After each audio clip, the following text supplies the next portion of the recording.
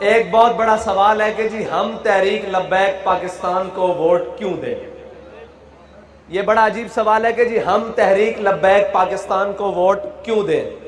میں نے کہا جی آپ تحریک لبیک پاکستان کو ووٹ اس لیے دیں کہ آپ کے بچوں کو روڈوں پر، سائیوال روڈ کے اوپر تحریک لبیک پاکستان کے کسی نمائندے یا اس کی حکومت میں نہیں بھونا گیا۔ آپ تحریک لبیک پاکستان کو اس لیے ووٹ دیں کہ آپ کی بیٹی ڈاکٹر عافیہ صدیقی کو اٹھا کر امریکہ کے حوالے تحریک لبیک پاکستان نے نہیں کیا۔ آپ تحریک لبیک پاکستان کو ووٹ اس لیے دیں کہ ختم نبوت پر ڈاکہ تحریک لبیک پاکستان نے نہیں ڈالا۔ آپ تحریک لبیک پاکستان کو ووٹ اس لیے دیں کہ تبدیلی کے نام پر آپ کی چینی، چاول اور آٹا تحریک لبیک پاکستان نے نہیں کھایا۔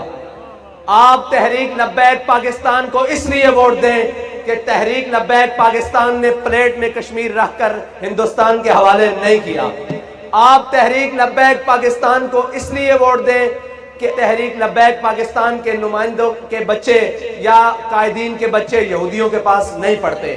آپ تحریک لبیک پاکستان کو ووٹ اس لیے دیں کہ آپ کے تحریک لبیک پاکستان کے نمائندے یا تحریک لبیک پاکستان کے ذمہ داران نے لندن میں فلیٹ نہیں بنائے۔ آپ تحریک لبیک پاکستان کو ووٹ اس لیے دیں کہ آپ کے تحریک لبیک پاکستان کے ذمہ داروں نے دبئی میں فلیٹ یا ولا نہیں بنائے۔ آپ تحریک لبیک پاکستان کو ووٹ اس لیے دیں کہ جب ختم نبوت کا موقع آیا، فیض آباد میں گولیوں کی ترتراہٹ تھی اور آپ کا قائد اور ہم سب کا قائد وہاں پر بیٹھ کر کہہ رہا تھا کہ ستمگر ادھر آ، ہنر آزمائے، تو تیر آزما، ہم جگر آزمائے۔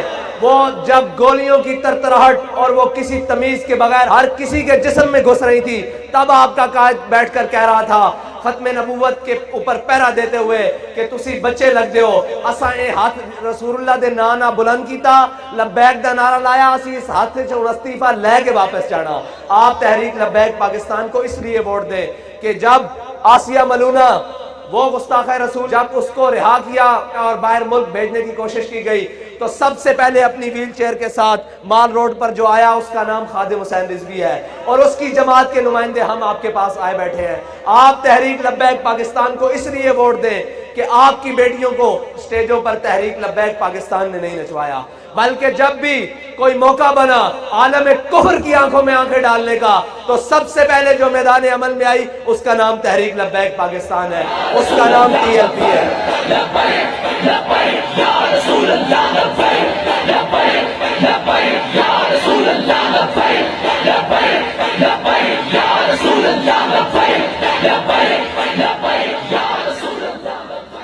لوگوں نے کہا جی سیاست کے لیے بڑے بڑے ڈیرے ہوں گے تو پھر بات چلے گی، ہمارے قائد نے کہا نہیں۔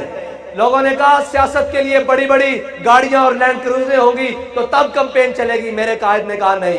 میرے قائد نے کہا ادھر آ، میرے قائد نے کہا تمہیں میں بتاتا ہوں علامہ اقبال کی زبانی کہ ہماری کمپین، ہماری سیاست کیسے چلے گی، ہم امت کو کیسے جگائیں گے۔ تو علامہ اقبال کی زبانی بتا کر کہا آ میں تجھ کو بتاتا ہوں تقدیر امم کیا ہے۔ انہوں نے کہا بابا جی نے کہا ادھر آ میں تجھے بتاتا ہوں تقدیر امم کیا ہے، شمشیر و سنا اول، طاؤس و رباب آخر۔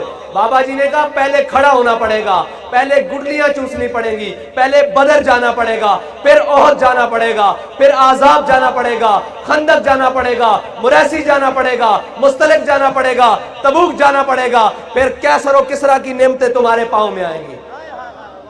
ہمارے قائد نے وہ لائن سیدھی کی کہ جب بڑے بڑے چودھری اور ڈیرے دار کہتے تھے کہ ان کے مقابلے میں کوئی نہیں کھڑا ہو سکتا، ہمارے بابا جی نے ایک ملنگ کا ہاتھ پکڑا اور کہا یہ دیکھو میں اپنا ملنگ اس کے سامنے کھڑا کر کے دکھا رہا ہوں اور بتا رہا ہوں کہ محمد عربی کے غلاموں کو، ان کے جذبے کو قیامت تک کوئی نہیں روک سکتا۔ اور اس ملک کو 70 سال سے لوٹنے والے کو بابا جی نے کہا کہ تم یہ کہتے ہو کہ جب تک خاندان بڑا نہیں ہوگا تب تک ادھر سیاست میں کوئی نہیں آ سکتا، میں ایک چیئر پر بیٹھ کر نعرہ لگا رہا ہوں، دیکھنا قوم کیسے جواب دیتی ہے۔ بابا جی نے نعرہ بلند کیا لبیک لبیک یا رسول اللہ، لبیک لبیک لبیک یا رسول اللہ، لبیک لبیک لبیک۔ بابا جی نے نعرہ بلند کیا لبیک، قوم کا بچہ بچہ، قوم کا جوان، قوم کا بوڑھا، قوم کی ماں، قوم کی بیٹی پکار اٹھی کہ یہ اخلاص سے لگایا ہوا نعرہ ہے، یہ دل سے لگایا ہوا نعرہ ہے۔ یا رسول اللہ ہم حاضر ہیں، ہم حاضر ہیں۔ لوگ کہتے تھے کہ جناب مذہبیوں کو کوئی ووٹ نہیں دیتا۔ ہم نے کہا ہم مذہبی بھی پورے ہیں اور سیاسی بھی پورے ہیں، کسی کی غلط فہمی نہ رہے۔ ہم نے جب سیاست کرنی تھی تو ہم پورے عمل کے ساتھ الیکشن میں آئے ہیں، اور پہلی دفعہ پاکستان کی تاریخ میں آنے والی جماعت واحد TLP ہے جس نے 22 لاکھ ووٹ لیا ہے۔